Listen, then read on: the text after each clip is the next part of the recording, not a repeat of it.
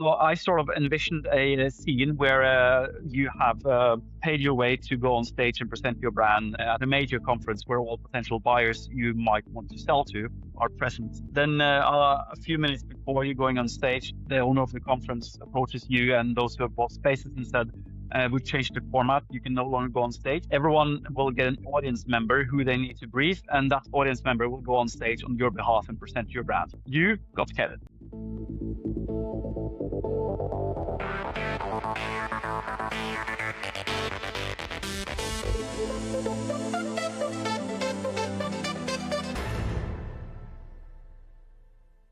This episode is brought to you by PlayMops, your marketing ops partner. Choose PlayMops when you need independent and strategic martech advisory from start to finish, or marketing ops for hire. Get execution where and when you need it. Playmops.io. Welcome to The Ordinary.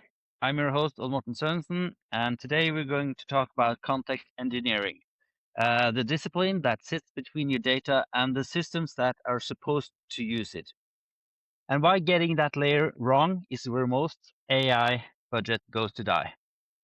My guest today has spent the last decade doing exactly this work before it had a name.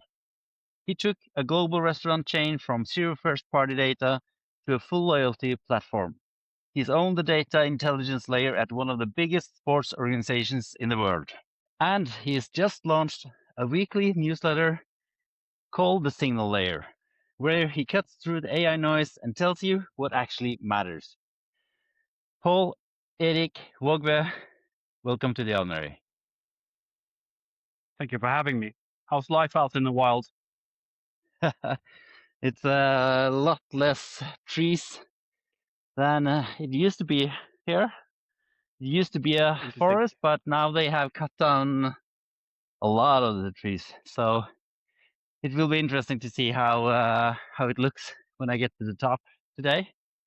And I was about to say, well done. I tried, as you're about to say, to do a nature walk myself, but wind conditions and 4G conditions just weren't permissive. So fortunately, I have to stay closer to infrastructure. But in spirit, I'm with you. Yeah, it's. I was about to say that it's really good to finally have you on the show. We have this is the third time we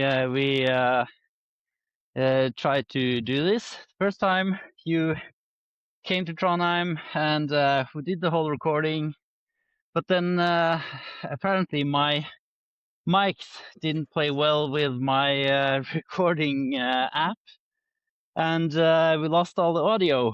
So that was a no-go. Then I flew to London, and we had a great time. Actually, so great we forgot to. We decided that we didn't actually have time to record before I got back. But here we are. Actually the original format for The Ordinary, remote hiking.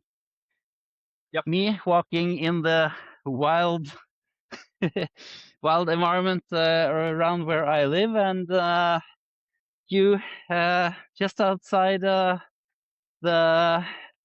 house walls. But it's outside anyway, Yeah. so it's good. It's remote. Oh, I know. It's acceptable. I mean, I would like to walk. The 4G doesn't really love me, so I'll probably stay relatively still. But before we start the first topic, I have a pop quiz card for you. You picked 4 cards earlier, and I did. yes, and now I have the first one for you. I just randomly pick one of them. So, question for you: What will marketing look like in 5 years that nobody's talking about today? Very good question. If we go all the way to 5 years in the future, good question. I think there's going to be at least some sort of split. You're going to have those who sort of go deep into what we're going to talk about partly today, where everything starts becoming optimized. It becomes for you. It's personalized. It's at scale. It's predictive. It's very much, some would say a bit dystopian, but that's just how things move. But I also think we're going to see a branch off to the in-person networks, primarily online, but also in person, where trust is harder to come by, because when AI and tools become so good that you can't really separate a real recording, or real voice, or real video, or a real review from what has just been generated, you're going to have to start looking for proxies to actually see what you can trust. So I wonder if actual word of mouth, be it in an online forum or in a person, becomes a more major channel. But in the end, the value proposition and product quality is always going to be the most important bit. How it gets to the market is, marketing. So I think we'll see that sort of split. I don't know if that's a great answer, but it's roughly what I think might happen. So we're going to go into the commercial pain, like why AI investment isn't working. Yes. You said that you approach context architecture through commercial pain, not through tech, not through infrastructure. So let's start there. What does the commercial pain actually look like when you walk into a company? In terms of the commercial pain, I would say it is in the context of the pre-AI era, if that's sort of where we can start.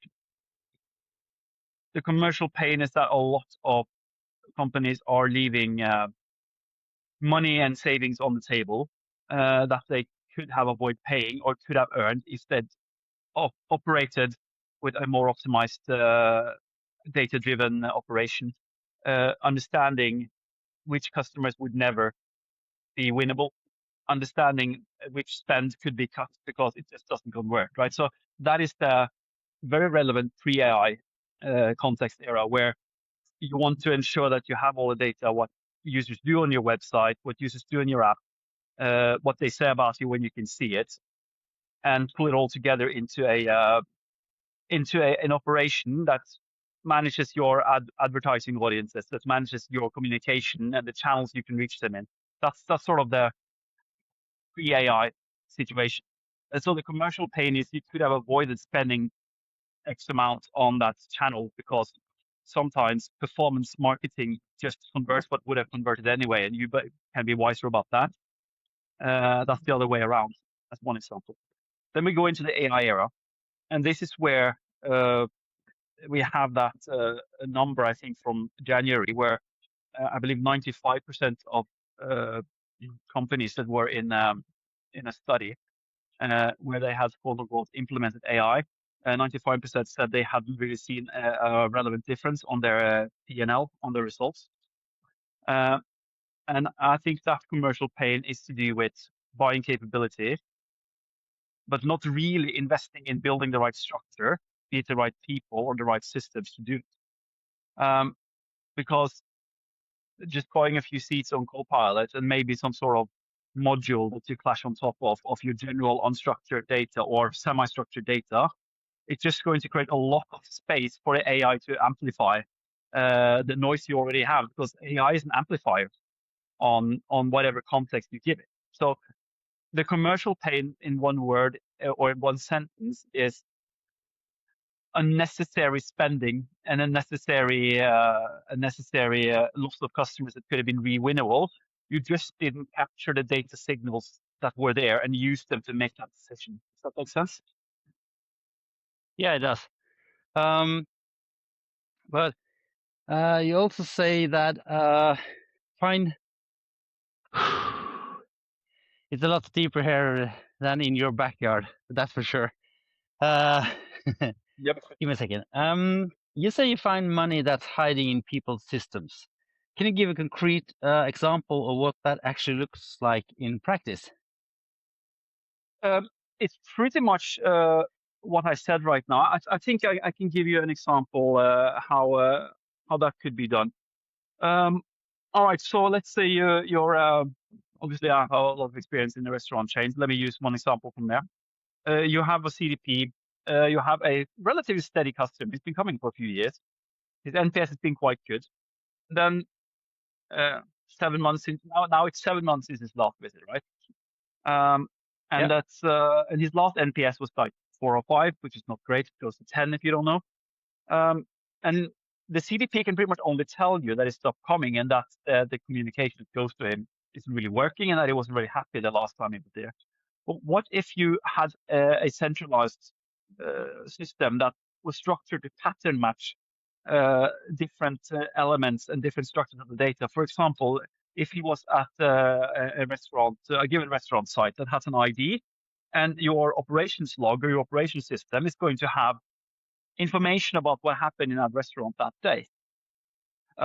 So if you then look at the date and time when he made his last transaction, and you check what went on in that site that day, you realize, hang on, 2 chefs were off sick.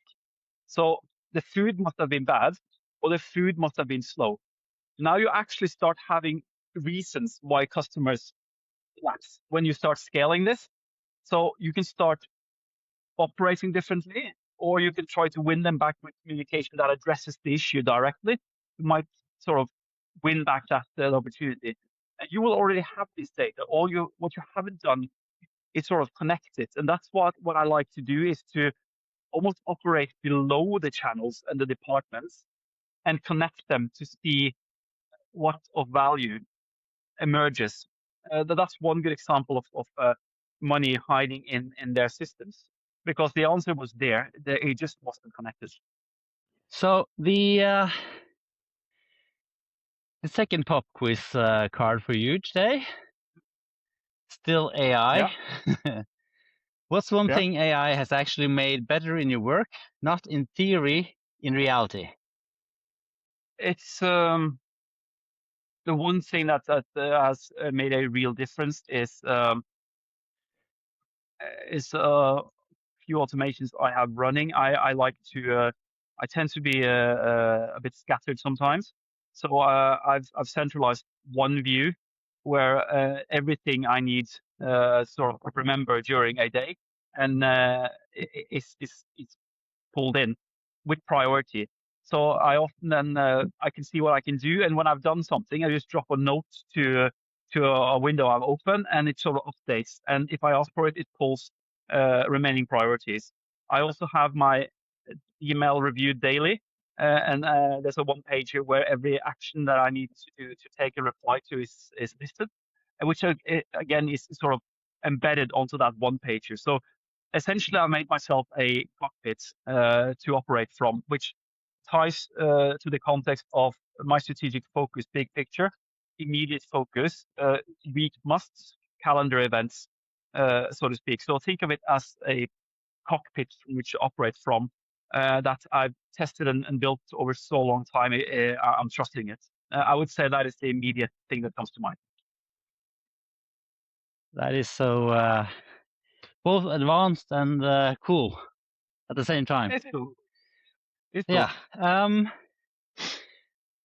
What context engineering actually is, that's what we're gonna dive into now.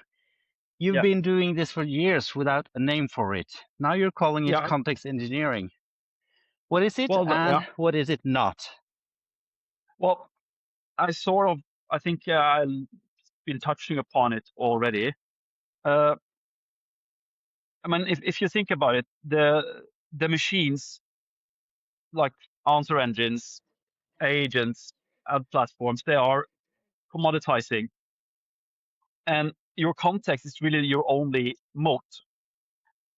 Does that make sense? It is what you control, right? Because we are touching upon Jevons law, where you make a resource so cheap that that a resource that used to be expensive becomes cheap, but the total bill becomes higher because everyone is using more of it, right?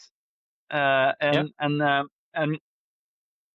that is what is happening. So I just want to first reiterate that the context is becoming more important as the way you do business. All right. So, but let's go back to the core question then. Context engineering is ensuring that the tool the AI, in this case, you have, is given the precise, correct amount of data that it needs to deliver the value you have defined. But that's important. You need to define the value. As I wrote in one of my signal layers, if you've ever worked in an office, when businesses now have to actually start really defining their value, who they are for whom, they're in trouble. I mean, lots of businesses haven't really documented that properly. I'm not pointing at anyone. It's just a fact that you experience over the years. So you have to start being precise what you want the AI to do. If you want an AI that's going to predict the best action or next best action for a customer in your database, what data does that AI need? Is there any data that we could get into the context that we don't have, and should we build it? Is there any data we're feeding it that's just noise? Should it have to wade through our Google Analytics aggregate data for the last 2 months to do that job, or is that just noise that reduces its performance? You're starting to see the pattern here emerging. You want to sort of give it exactly what it needs, the history of that customer, because your CDP comes up like a state machine. This is the state of the customer's relationship to you right now, in this case. It has all the action the customer has taken, what he's clicked on the website. It might have everything is bought, everything is looked at, NPS scores, things like that. Does that person have kids, for example, if they've shared that? So you have that sort of holistic customer profile and their actions. And you might have predictions going on in the background. That should be enough context for that machine to say, I think the next best action for Morten at playmobs.io is to send him a WhatsApp message offering him 30% off the next gym membership because he's been out in nature and he struggles to walk uphill. So it is essentially the ability to find the value and define how you can narrow the context to point it at the value. Sorry about my joke. That's completely fine. Well deserved. Yeah, now we've talked a lot of, or you have been talking a lot about data, and for most people, they kind of say data equals IT. But what's the difference between what you do and an IT department, what they do? Because from the outside, it can look a bit the same. I've had this debate a few times. I like, some call it shadow IT. I understand that expression, but the fact that shadow IT is a known expression to most people, it means non-IT people doing work that in theory belongs to IT, means that there is a gap. And that is a gap that I've filled. And I'd like to explain it this way with the respect for everyone involved. Generally, think of me as more a commercial / marketing leading guy. I'm hunting money. I'm hunting revenue. That's what I'm doing. That's the side I'm sitting on, firmly in the marketing team, right? And then you have the tech team or the IT team. They're incentivized to make sure the systems works, everything's hooked up, and sort of checklist works, good to go. But I tend to see that how the system has to be reconfigured and rejigged for it to really deliver what we need. I find new data points I need. I see patterns I need to create. So the argument here is who owns MarTech? And this is the marketing side argument. We are the hunters. We know what we need. While tech will deliver the product as spec. We are the fighter pilots. We know what a dogfight looks like, and we know what data we want and how we're going to use it to drive revenue. So I like to lean into owning the system, but it's more than that. I like to say that if you put performance media, you put CRM, you put SEO, you put brand marketing, you put products in a box, I exist below those boxes, see all the wires, and I connect them. Because their onboarding journey and how they behave there should definitely be in the CDP. But how does that onboarding journey relate to sort of what type of profile you are? Whether you're defined in our database as a frequent user as a curious downloader, just making this up, it's one thing to see that pattern, and then you want to see which page did they land on, what did they browse to before they downloaded the app and chose to sort of do the onboarding flow. Now you're starting to see pattern which journeys different profiles have taken. So you start holistically zooming out and seeing, okay, there's a certain psychographic, meaning behavioral segment here, and I can see that the journey they tend to take is this journey. So I can now actually smoothen out that journey to ensure that more of those who fit that cognitive or psychological profile are likely to go through the onboarding journey, and then whether they eventually come back is another problem. But it doesn't have to be. It can be part of the same flow. So for me, marketing has always been engineering, and all the channels have always been one. And this is actually what's actually happening now. And that is essentially context, the way I've defined it. I like to call it context engineering or context architecture. It's not just marketing. I mean, in theory, the context of a business is all what's their actual business contract, what's their revenue, their employees, everything like that. I'm not going to go into that, but it's essentially the space they operate in, what's unique to them that the machine can't commoditize. That makes sense. Yeah, it makes sense. And if any of the viewers didn't pick up on it, it's quite a bit of difference between IT, what they do, and what you do, and what like what context engineering and all this this whole spectrum is about. So don't leave data and choosing which data to use up to IT. That is for sure. Yeah, I mean, I don't want to generalize IT people, but in an average normal setting, you'd want someone who's on the commercial side, but don't take absolutes from this. This is a good example. Just to be fair, it's kind of implicit that this is, when we're talking about data and who should handle data, this is in regards of marketing and marketing ops. So, of course, IT handles a lot of data, but we're talking about marketing data and data used for marketing and everything surrounding that. So, yeah. But I have another question for you. You use the image of Kevin, a stranger who now presents your brand to everyone who asks about you. Most companies haven't written the brief. What does a good brief actually look like in practice? One side comment first, which sort of goes into the data and marketing operations and that bit. I think the fact that the word governance first entered this conversation, just as I said it there, is it's just interesting in terms of observation, because obviously when it comes to managing and owning data, governance, legal, tech, everyone needs to collaborate, just so that's said. So don't run off and do wild things without governance in place. We're going to get back to governance. That's why I want to introduce the word. Then we can go to Kevin right now. Okay.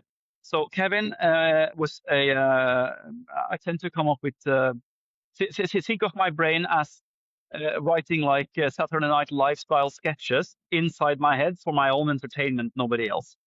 So I sort of envisioned a scene where you have paid your way to go on stage and present your brand at a major conference where all potential buyers you might want to sell to are present. Then a few minutes before you're going on stage, the owner of the conference approaches you and those who have bought spaces and said, we've changed the format. You can no longer go on stage. Everyone will get an audience member who they need to brief, and that audience member will go on stage on your behalf and present your brand. You got Kevin. So this is a metaphor for, I used it in relation to Google search announcing that they're going to sort of personalize and create a specific landing page for every search, the way they're developing.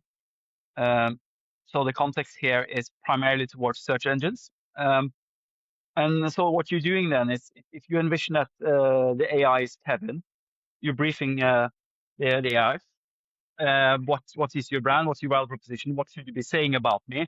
What should you not say about me? And then Kevin goes on stage, and if he doesn't have a breakdown, which hopefully he doesn't, then he will present your brand strongly and in a good stead, so the buyers you paid to have access to will want to speak with you. Okay, so but that was not entirely the question. That was the context. All right, so how do you brief Kevin in this case, which essentially is search engine optimization and agentic agent optimization (AEO). If there are essentially two ways to that the machine learns about you, as far as the learnings we have about it now goes.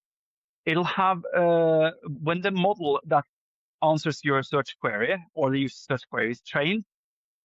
If you exist in that sort of training data, then it's going to have an opinion about you or information about you already from its sort of core-based training, right? So you could say the incumbents have an advantage. If you're Nike, you're going to be related to shoes in its pure training data. So Nike has an advantage versus someone who's not in there. Just to simplify, very simple. That the layer you want to be working at is the things that it looks up when it actually goes and searches on your behalf, right? What it sort of it does several queries, a series of them, and it sort of spends a certain budget of tokens on each of them to pull together a coherent response. So your job is to structure your website data in a way that means that you powerfully explain and position what your brand is and what you do. And that is true also for subtopics like your product categories, your individual products, who you are, things like that. And you want to be, there is a debate whether the schema markup on your website actually is important or not. There are conflicting studies. So I would default to assuming it's important because it is a faster way for a machine to parse your content. But the thing to think about here is your brief to the AI is primarily your website, but it's also what others are saying about you in other channels if that's entered either the context window in which the agent is performing the search or in the base training data. So powerful PR, relevant review pages, say summaries from those might also still be relevant to what your brand is. But I think one of the key things to adapt to, which is sort of a trade-off between user experience and agent experience, or AX as they call it, is that you want to be able to have the question there and answer it very quickly within 2, 3, 4 lines. Here's the answer to the question, essentially. So it's structuring. But if you go before this actual technical implementation, you have to actually decide what your brand is, what you're going to stand for, and define your context coherently, right? So you see this is almost like a business positioning, but it's also content strategy, but it's also data strategy, but it's also websites. It becomes one sort of big coherent operation.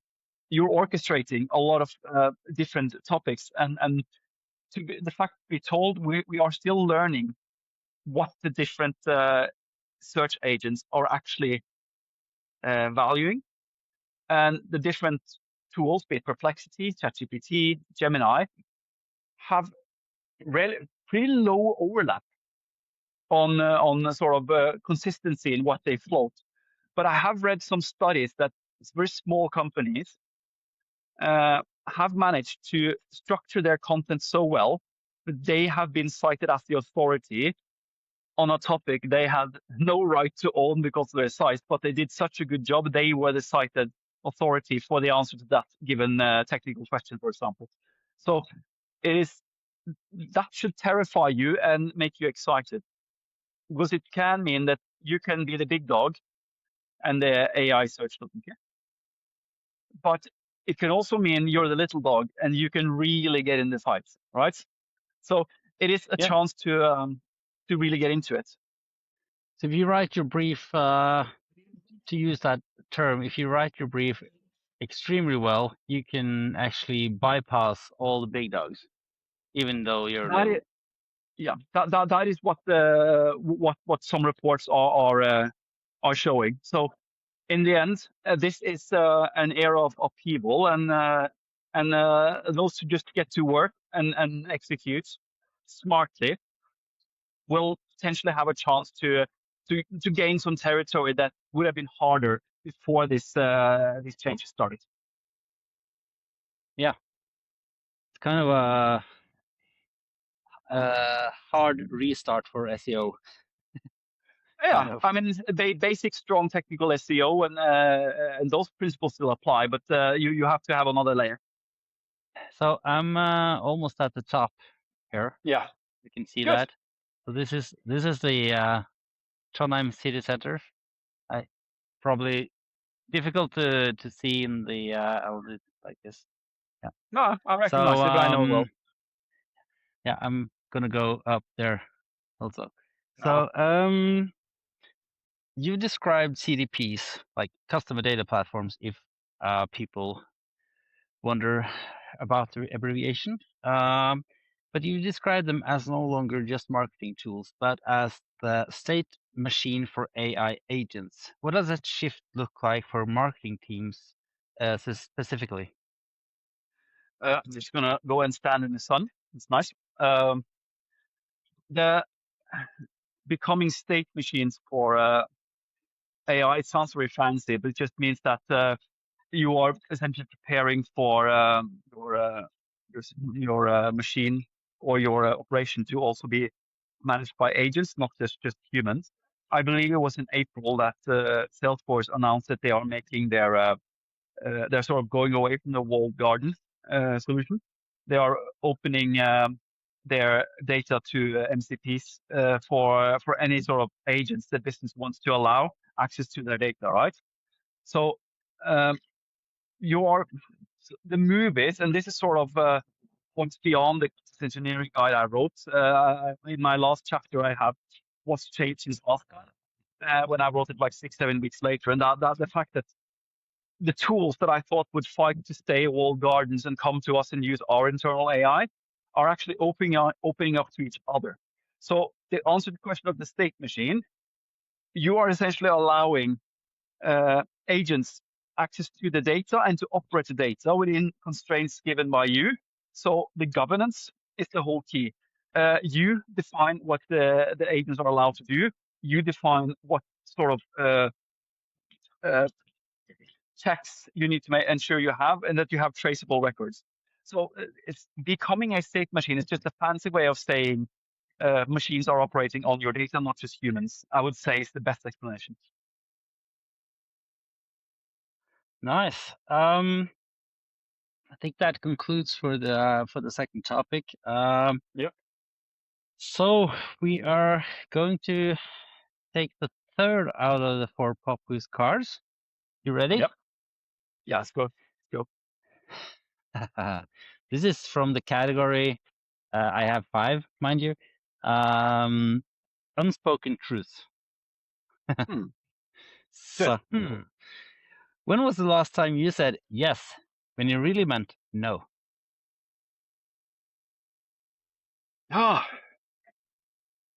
The challenge is the way my mind works. I have pure associative recall. So these types of questions are absolutely hopeless for me without quote unquote context. So honestly, I'm not able to answer that. It's the worst type of question to ask me. I literally can't remember what I did yesterday. So I can, if I were to answer, I would be making something up. You have 2 options. We try later. You give me lots of words. You throw me word soup at me until association sticks, or we move on. I'm being very, very honest here. No, that's okay. Maybe I can try and answer that. Give it a go. Probably, and it has happened maybe a lot of times. But to be dead honest, probably it was somebody asking me a favor. and I said yes, but I meant no, but I did it anyway, because Sure. that's what you do. Yeah. So, but also, just to be fair for anyone who knows me, I have to say that never doubt my answer. If I say yes, it's a yes. And if there's That's any true. if there's like any internal disagreement with that, that is in my head, and that's my business. And yeah, so it's It's a good one. yeah, that's my answer. Yeah, Well, I I would answer if I can actually remember a single one, but I just cannot. It's weird, isn't it? no, but yeah, maybe you didn't know you meant no. That is actually not necessarily wrong. It's quite interesting. Yeah, many people say yes out of good faith, but they don't realize Yeah, themselves that they actually mean no. So I think that's maybe the difference. I know that I mean no, but I say yes, and I kind of uh, and I kind of is it correct to say I'm obliging myself to my answer? that is actually not a very stupid idea. I often use that trick to capture myself into forcing action. It's almost like a smart self-management technique we both sort of clearly have landed on. The future tastemakers, context engineers, and the Yes. arbitrage window. You write about two types of roles that survive the AI transition, the context engineer and the tastemaker. Can you briefly explain the two and how they differ? I'm trying to be brief for once. The context engineer is, in this case, the one who basically builds the layers. He goes in and he knows how to get it done. He or she, of course, or they. While the tastemaker is the one who provides the judgment. So in this case, would be the senior leader, department leader. Because when everything commoditizes, then judgment is what comes scarce. This is Jevons law, actually. So in the 1860s, as coal started becoming really cheap, right? Then suddenly everything that was made of steel that could move wanted to use coal, and this is what's happening with AI as well. AI is becoming cheaper, but everyone's using so much more of it that it becomes total bill becomes much higher. It was the same with coal back then. The judgment was that where do we place the rail lines, because the trains couldn't run where there were no rail lines. Which rail lines are smart to build? How do we make that distance smaller? Do you see now that they were actually doing context engineering in that case for railways? And the tastemaker is the one who knows and have a strong, smart opinion what to build. If you and I, Morten, I decided today we're going to drop everything right now, and we're going to make an app that tells you who you are in Succession, the TV show, like a big personality test. We're going to base our whole business around this Succession personality test. It's out of good judgments. I mean, it could be. I don't think it is. So it's just a stupid example of something being very possible to build now that was much harder to build in the past. But choosing to build it is harder, and this is much more advanced in complex organizations, because you think, okay, so what is the strategic value I'm going to get from, let's say, adding this feature to our app, or do we want to implement this service, and deciding where to allocate your resources is nothing new in business. What's new here now is you have another element to deal with. Like you have to understand where AI works for you. You have to understand that a lot of things are commoditizing, like paid media engines, like search engines, like everything like that. So you have to have a certain technical understanding. And apart from that, a tastemaker is just a smart strategic leader. That was a very long way of saying that, but I feel I wanted to try to explain how I'm seeing it. most people watching are probably in the tastemaker category. What does the next 2 years look like for them if they don't start paying attention to the infrastructure layer? It's an interesting one, and it's sort of what we're all trying to figure out, isn't it? I guess I have an opinion, or a prediction, whatever you want to call it. I'm thinking that if you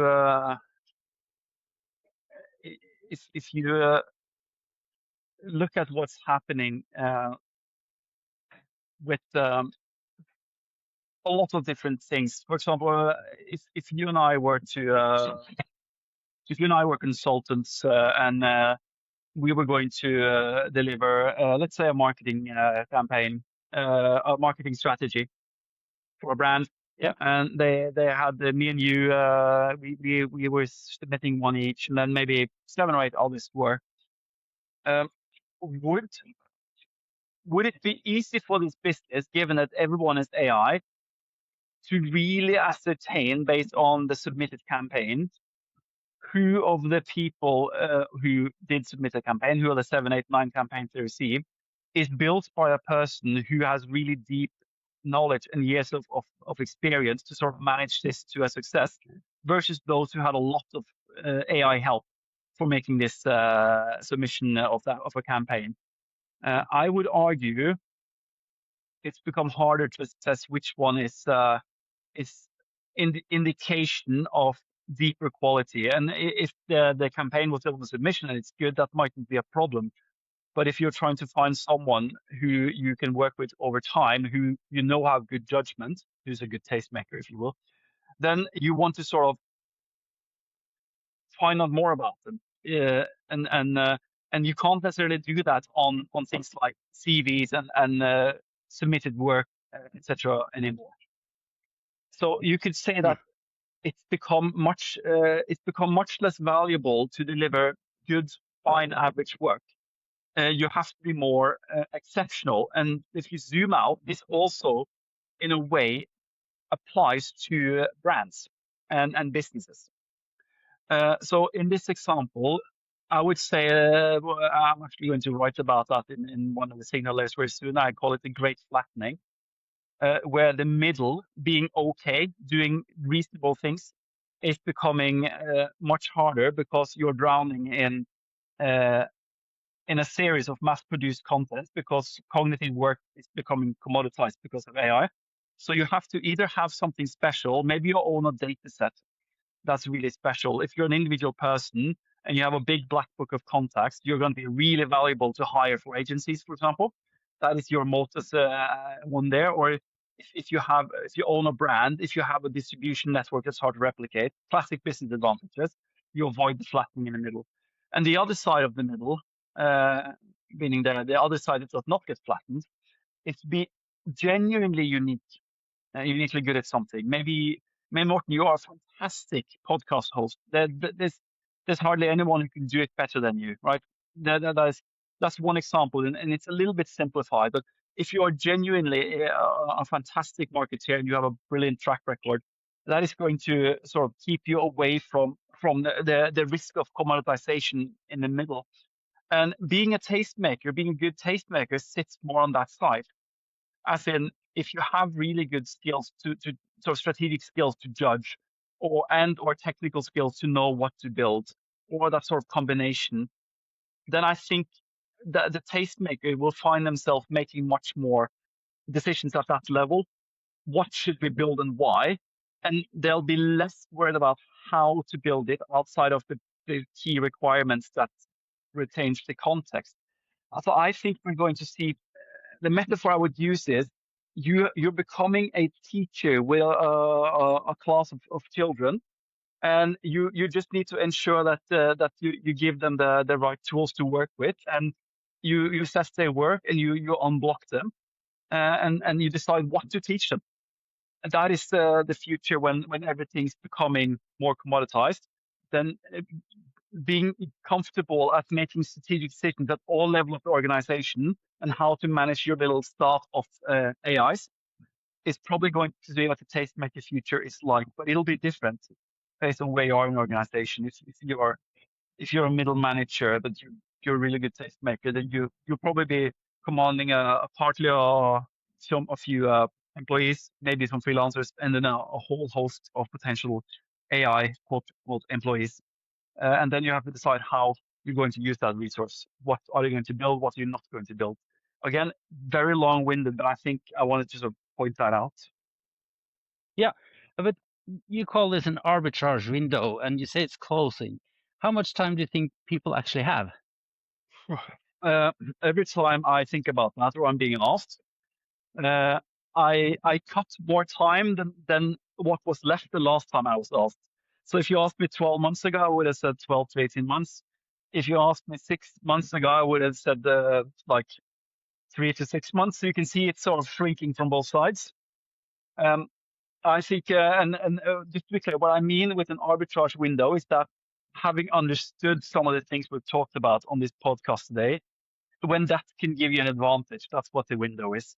And I think the market is really now starting to understand what's going on. But I think the best thing you can do, and it depends on who you are thinking about when I say you, are you thinking about yourself? Are you thinking about business you own, a business you work for, as a consultant, for example? So you have to sort of layer that in. But best you can do as an employee, I think, is to really know what is it that you do that I like to say is unpromptable. And I like that expression. It sort of emerged from one of my newsletter analysis about 10 weeks ago. And Morten, this was actually on the recording we lost when we were working in Trondheim. But for roughly the last year, I've been doing a weekly newsletter analysis where I pull in a long sort of artifact of all the newsletters I received, and I do a deep dive where I individually speak to the computer about what I think is happening for every paragraph that newsletter analysis takes me 3-4 hours every Friday and Saturday. And then I will sort of write up a conclusion, and then I'll have the AI produce me the lyrics for a week song that basically encapsulates that week's main theme in a story or a metaphor or something like that. So that's the point to this. And the point is, let me get to the point. Actually, I think it's key. And that one of the songs that really hit me was the one, I think it was week 14 this year or something. It was called Unpromptable. And it was actually a brilliant way to define what it is you need to do, not just to try to exploit the arbitrage window, but also to survive the flattening. And the example for a line from that song is, it was a singer-songwriter who basically went, "You can copy the shape, but you'll never get the shake in my voice when it almost breaks." You can't prompt for something that you're uniquely good at. For example, I've tried several times just for my entertainment to have Claude write like me. He stands no chance. Right now, my writing style is unpromptable. But it's very interesting in that sense. So now we're going back to the thread we were on. What do you as a professional or as a business or as a contractor, whatever you are, have that is unpromptable in the sense that you can't just type it into a box and it's basically just flattens what you're good at? What of your skill set is particularly different and special? Are you really good at sort of convincing people? Do you write in a certain way? Do you write code in a way that's unusual for AI coders to do, that adds a level of quality that the AI just won't do? Is there something like that in your skill set? Or if you're a brand, do you have, we're talking going back to almost like the flattening argument now, do you have a certain level of historical data? Do you know something about the market that it's sort of hard to replicate? That is what needs to be done to try to exploit the arbitrage window by starting now, before everyone realizes that this is the game. Overly simplified. Yeah. So we got cut off, and because my phone rang, and well, stuff happens. And Well, we were talking about the arbitrage window, Paul. I think you've said a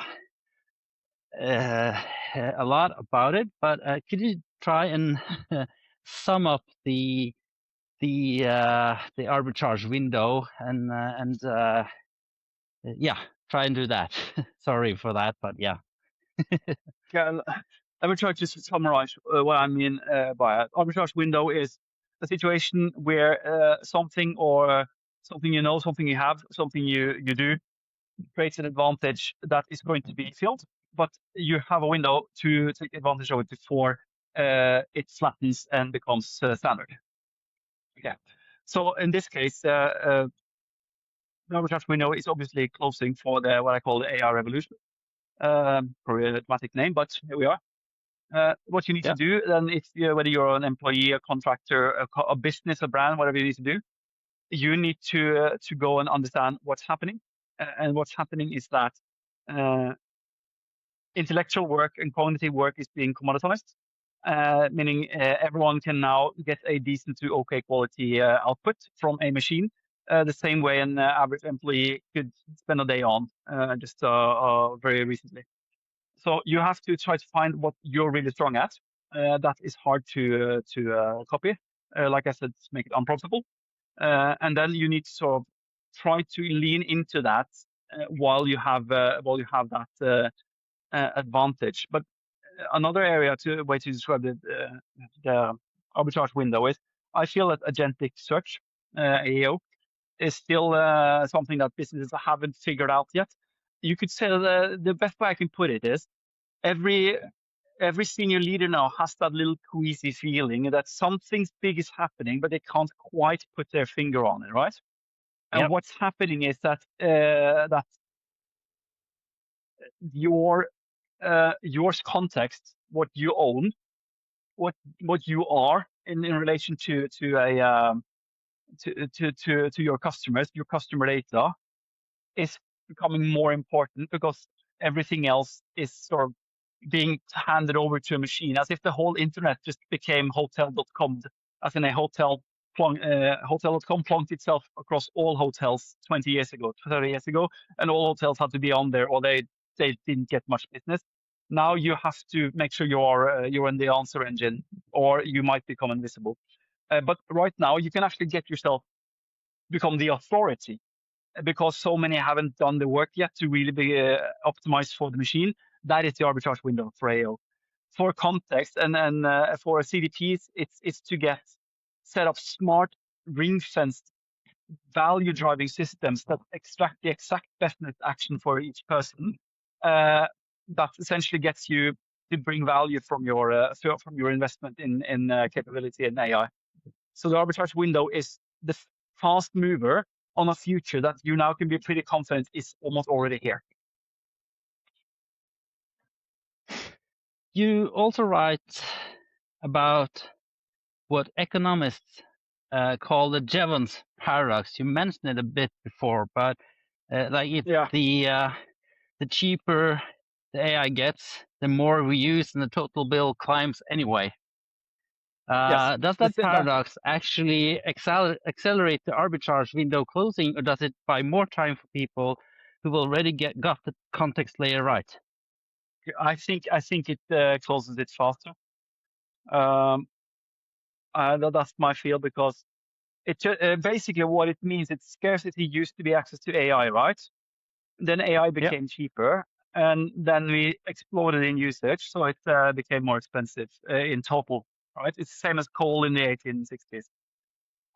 In the 1860s, the judgment of where to put the rail line, etc., was so what became scarcity, because scarcity always moves somewhere, and scarcity here is judgment of what to build and how to spend the tokens.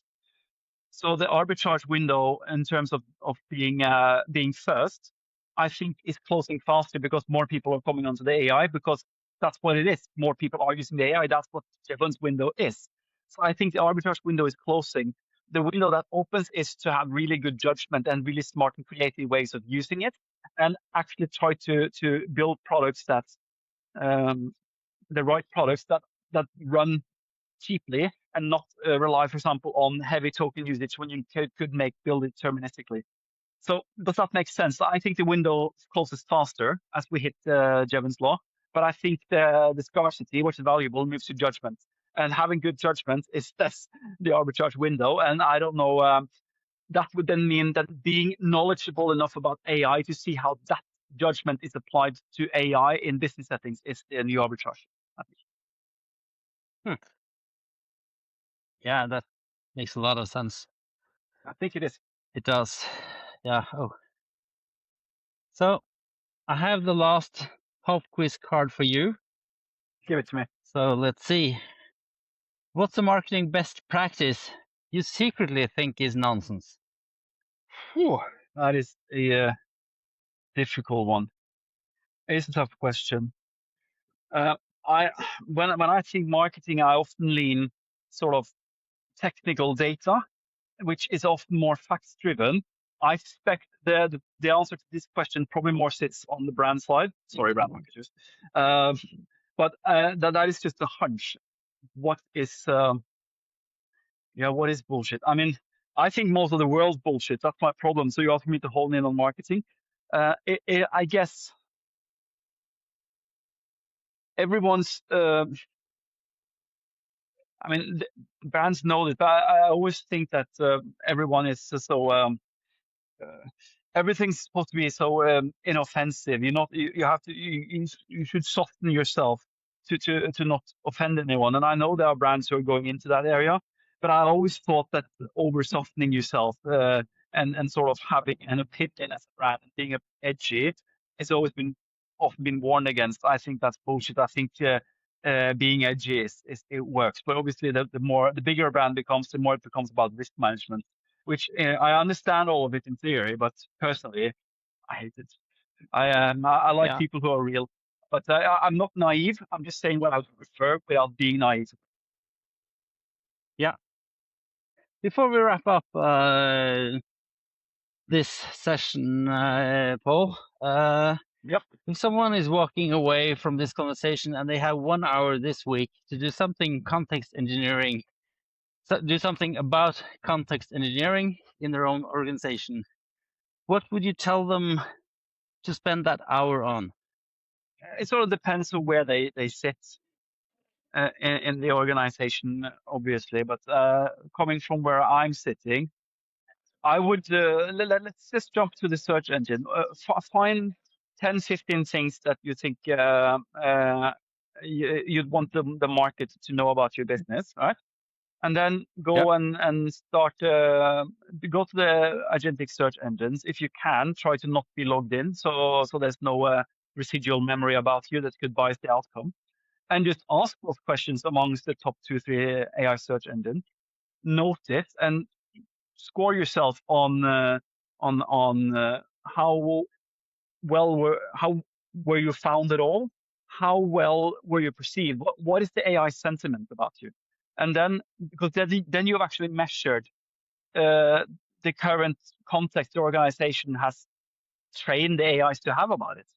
And you can also find the sources. So that is a very quick way to just get started. Another way to get started, if you're more into data, you have a look at, let's say, some customer profiles and ask yourself, what inside these customer profiles could be enhanced if an AI agent was allowed to go in here and see patterns and make decisions. But it could also be something more like at a broader strategic level, like what business settings are we operating in? Are we making the right decisions based on these factors happening in the market, these prices of goods, these distribution channels? It's essentially like common sense thinking about what does a machine need to have in order to answer the question well. But if you want to productize it, as in you want to make it an ongoing loop that goes, that is when you really need to context engineer so it becomes as consistent as possible without constraining it to too much to the point of where it just doesn't give you any surprising answers. I don't know if that makes any sense at all. It does. I really like the part about just writing down the questions and going out and asking the AI engines. And Yep. I think a lot of people would learn about their own company that way. Actually learn what the AI thinks of your company, and Yes. I think then you very quickly have a actionable insight. Kevin, yeah. Kevin will speak your truth. Where can people find you, Paul? Read your guides and follow what you're writing and all. LinkedIn.com, my name, which it's I'll leave a link to that in the Pål Erik description. Waagbø. And on also my website, Pål Erik Waagbø, PålErikWaagbø.com. Link to it, so people have to spell it. I will do that. That's good. Okay. It's been a wild ride also today. Yeah, lots of walking. Third time's a charm, hopefully. While saying this now on camera, I hope that when I get back and check all the files and everything, it's all good. And if you're seeing this, it was all good. So yeah, thanks for being on the Ordinary Marketing Ops podcast today, Pål Erik. Great, appreciate it. See you. See you soon. Enjoy.